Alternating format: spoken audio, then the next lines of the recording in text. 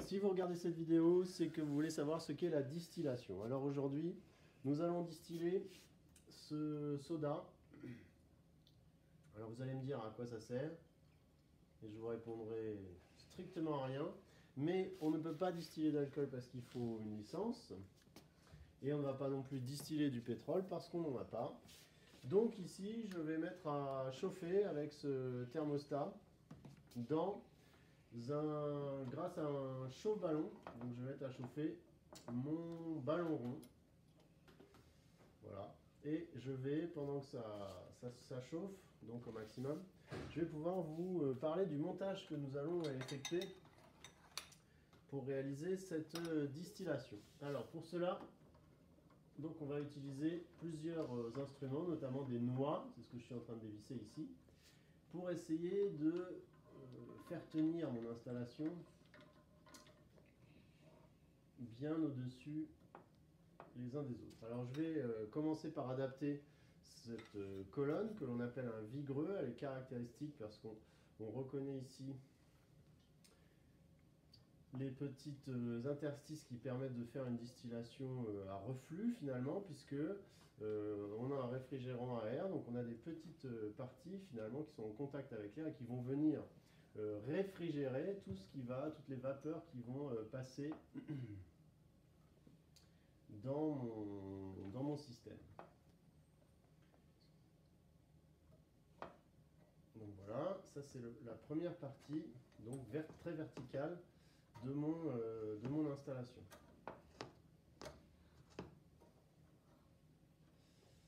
Voilà. Ensuite, donc on va adapter en haut de cette colonne,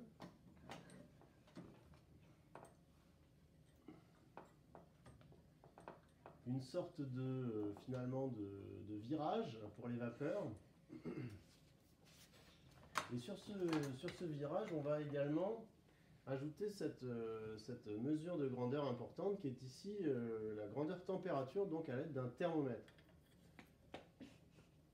Donc on obtient ceci.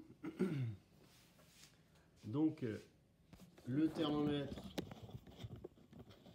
va nous indiquer la température des vapeurs. Donc on voit ici que ça commence à chauffer, qu'on a bien quelques vapeurs qui commencent à se déposer sur le ballon. D'accord, donc ça va monter progressivement, donc ça va être très long, hein. Ensuite, on va pouvoir adapter le réfrigérant.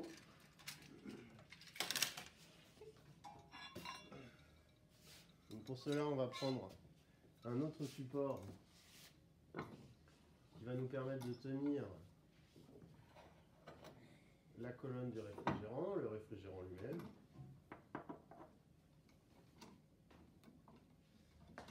Donc voilà, on fait de l'adaptation. Donc ici, je prends mon réfrigérant. Alors on peut s'arrêter quelques instants sur ce réfrigérant. Donc en fait, on voit que c'est un tuyau, d'accord, entrée, sortie, en tout cas pour les vapeurs. Et on a un deuxième tuyau autour, donc une deuxième peau, avec ici l'entrée toujours en bas de l'eau froide et la sortie de l'eau qui aura potentiellement été réchauffée par les vapeurs.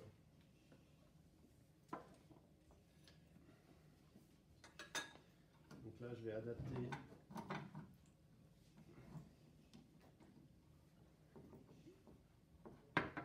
le système.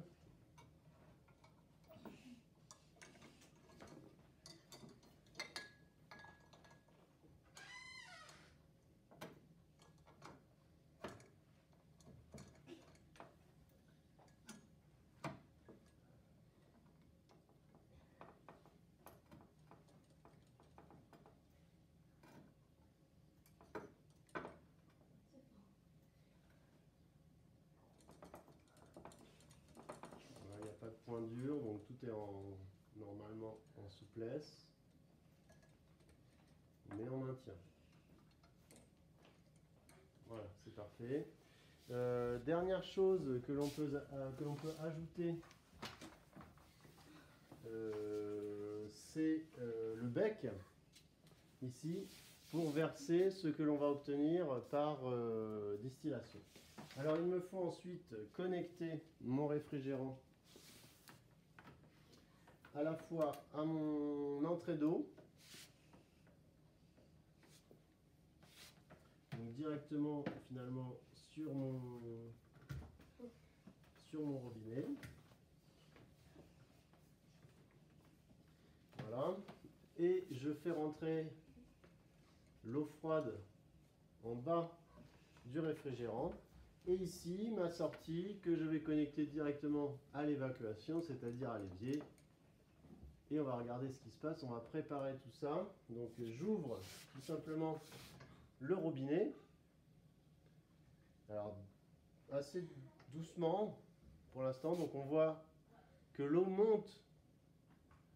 Là je ferme dans la partie externe, mais on voit que ça ne tombe pas dans la sortie du réfrigérant. Donc c'est important parce qu'il n'y a aucun moment de mélange entre l'eau du refroidissement et les vapeurs qui vont passer au milieu. D'accord ?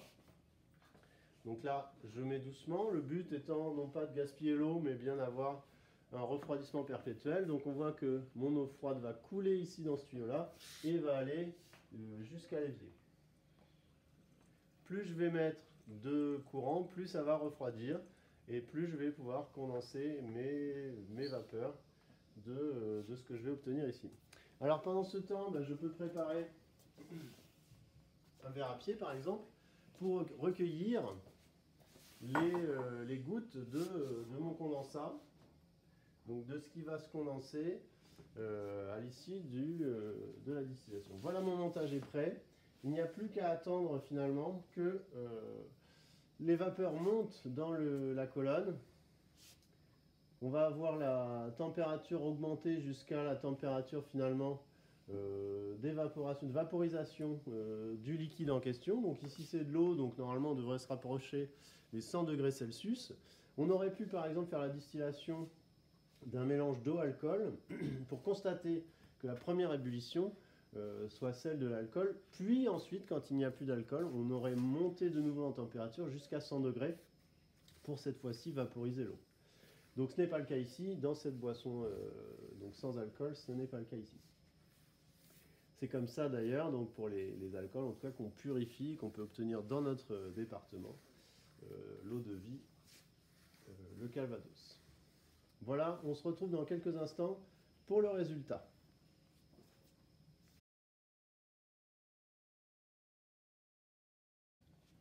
Voilà, on se retrouve quelques minutes plus tard pour bien remarquer ici que ça y est, les vapeurs montent progressivement dans cette colonne vigreux.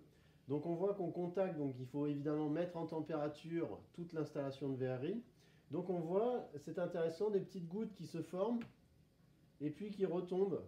D'accord, on a un aller, un retour des vapeurs, finalement un aller sous forme de gaz et un retour sous forme de gouttelettes d'eau, de gouttelettes de liquide en tout cas. Donc ici on a un aller, un retour, donc c'est un peu un reflux, d'accord, un flux et un reflux. Ici pour l'instant il n'y a encore rien qui sort, en tout cas dans cette partie.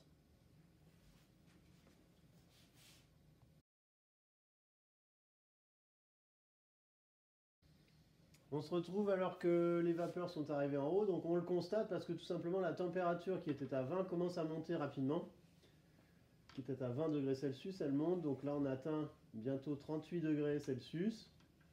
Donc on voit que ça monte très rapidement. On va donc pouvoir constater que les vapeurs vont s'orienter vers le réfrigérant, et là le contact, donc là le vigreux est très chaud hein, évidemment. Il est à haute température, il est à 100 degrés. Donc ça va monter normalement jusqu'à quasiment 100 degrés, si on est bien positionné dans le virage.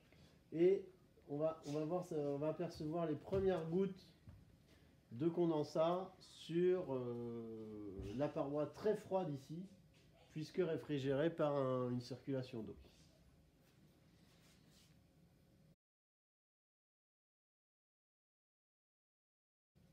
Voilà les premières gouttes qui arrivent. Donc ici au niveau du col, on s'aperçoit qu'on a des condensations ici importantes. La première goutte est là, donc ça va se remplir doucement et ça va s'accélérer avec le refroidissement du réfrigérant à eau.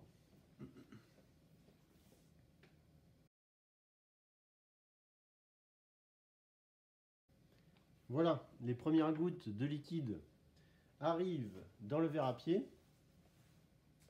Ce qui est intéressant de noter, c'est qu'on avait une solution jaune qui ici est complètement limpide, transparente, sans couleur, incolore.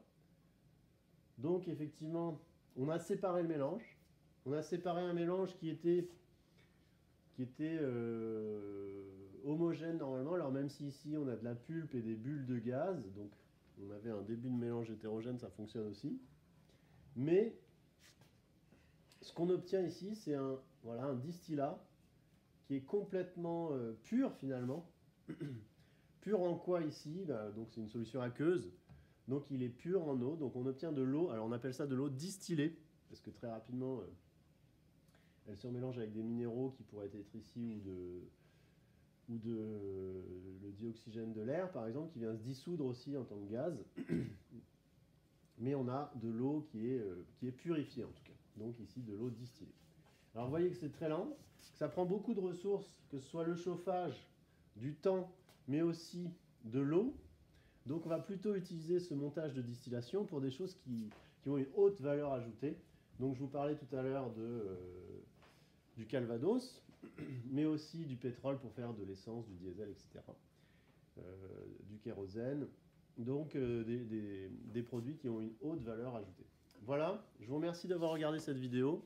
À très bientôt pour une prochaine. Au revoir.